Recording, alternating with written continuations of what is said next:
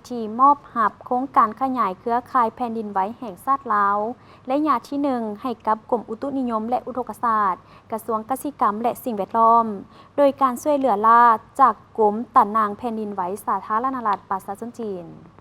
วันที่27 พฤศจิกายน 2025 ที่กรมอุตุนิยมและอุทกศาสตร์ได้มีพิธีมอบหับโครงการขยายเครือข่ายแผ่นดินไหวแห่งชาติลาวและญาติที่1ให้เกียรติเข้าร่วมเป็นสักขีพยานในครั้งนี้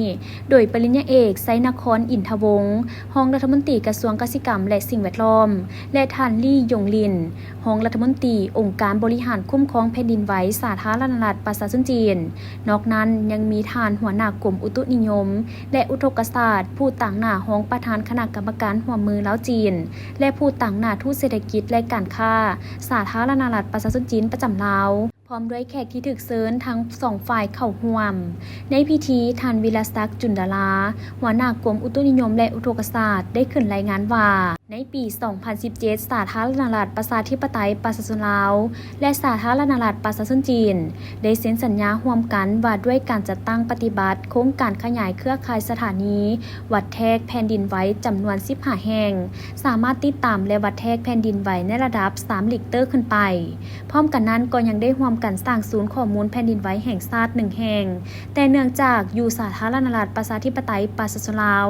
มักเกิดแผ่นดินไหวอยู่ทางภาคเหนือเฉลี่ย1 ปีหลายกว่า50ครั้งซึ่งเป็นภัยคมขู่ต่อกับการพัฒนาเศรษฐกิจสังคมในอนาคตย้อนเห็นได้สภาพคือแนวนั้นคณะนำกระทรวงจึงได้ชี้นำให้กรมอุตุนิยมและอุทกศาสตร์ประสานสมทบกับองค์การแผ่นดินไหว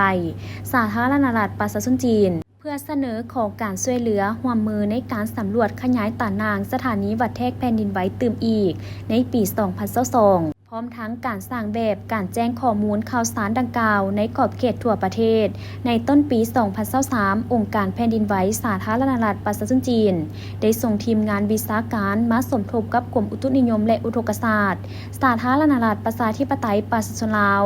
เฮ็ดเวียกร่วมกันในการสำรวจพื้นที่ที่มีความเสี่ยงจะเกิดแผ่นดินไหวเพื่อเป็นข้อมูลในการกำหนดจุดที่จะขยายตานางสถานีและได้มีการสำรวจคัดเลือกจุดสำเร็จแล้วจึงได้กำหนดจุดและสร้างสถานีในท้ายปี 2023 ประกอบมี 4 จุดคือเมืองแขวงบ่อแก้วเมืองนาแลแขวงหลวงน้ำทาเมืองจอมเพชรแขวงหลวงพระบางเมืองเชียงฮ้อนแขวงสยบุรี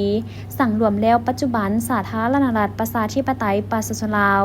มีศูนย์ข้อมูลแผ่นดินไหวแห่งชาติ1แห่งและสถานีวัดแทกข้อมูลแผ่นดินไหวจำนวน22สถานี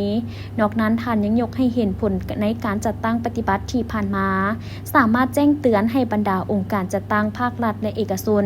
ประชาชนทั่วสังคมในสาธารณรัฐประชาธิปไตยประชาชนลาวได้รับรู้ข้อมูลข่าวสารด้านแผ่นดินไหวอย่างทันการ